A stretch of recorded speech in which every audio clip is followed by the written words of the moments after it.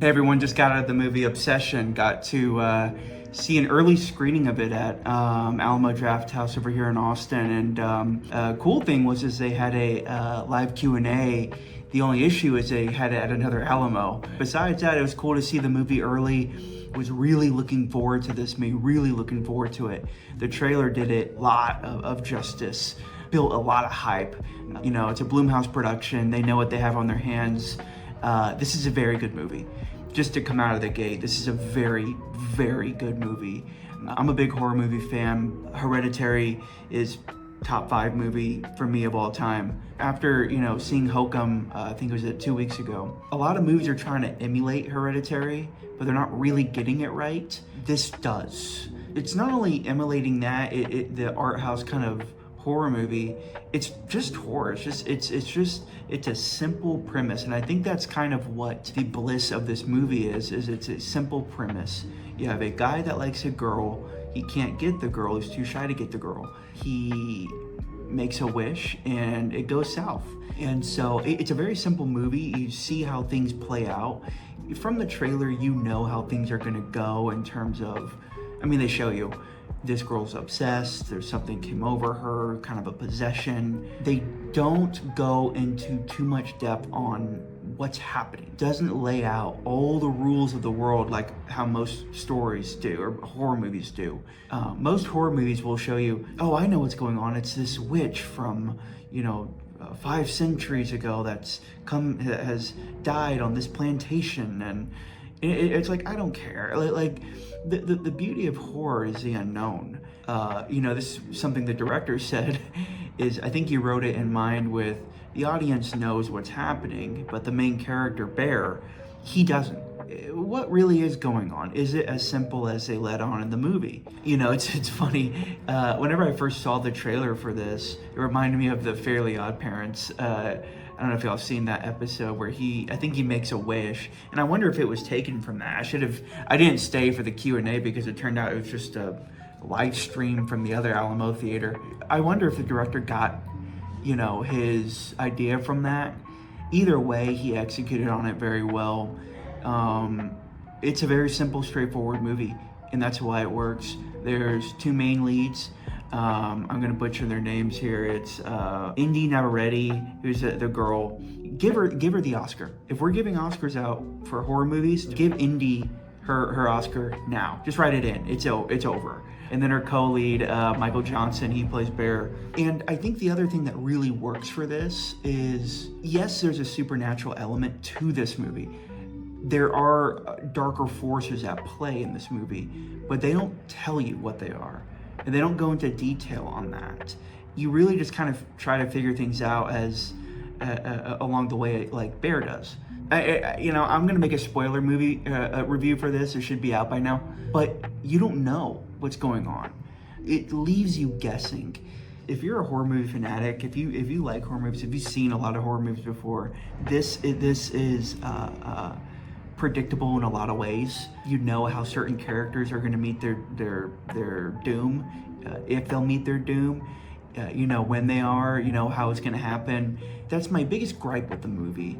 I think it pulls its punches at times. In a movie where they're throwing haymakers the whole time, it throws a jab every now and then, and it's like, man, if you just had someone come in and just polish this up just the last bit, it would have been a perfect movie. And I really try not to give movie reviews. I remember Dune 2. I was in Dune 2 and I could not find anything wrong with that movie. And I still didn't want to give it a 10 out of 10. And I was sitting in this movie the entire time thinking, there's nothing wrong with this movie. There's really nothing wrong with this movie. It's perfect. Every now and then a character would just kind of do something that was, you knew what the director was trying to get at. If you've seen movies before, there's a lot of people are going to go to this movie, and unlike Hereditary, it's going to appeal to a lot of people. It can be a date night movie. It's a great horror movie. There's humor in it that lands. It fires on all cylinders. It's going to blow up.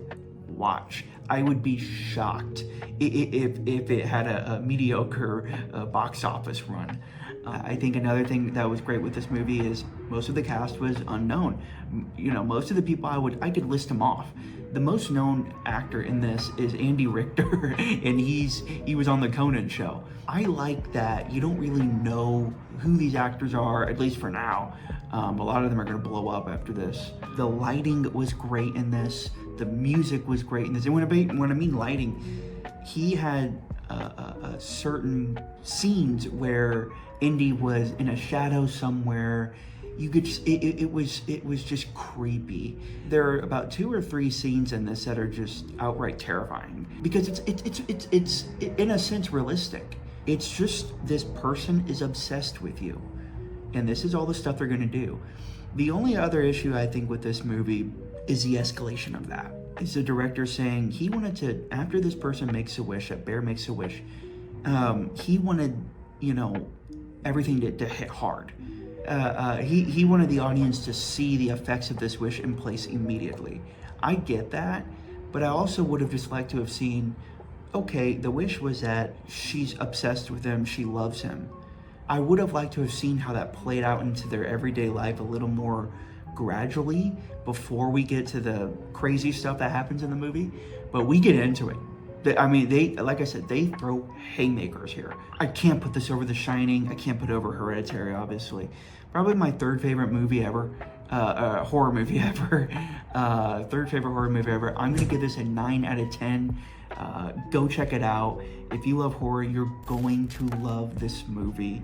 If you like movies in general, you're going to, unless you just hate horror movies, you're going to love this movie. The special thing about this movie is, like I said, it's not relying on the supernatural.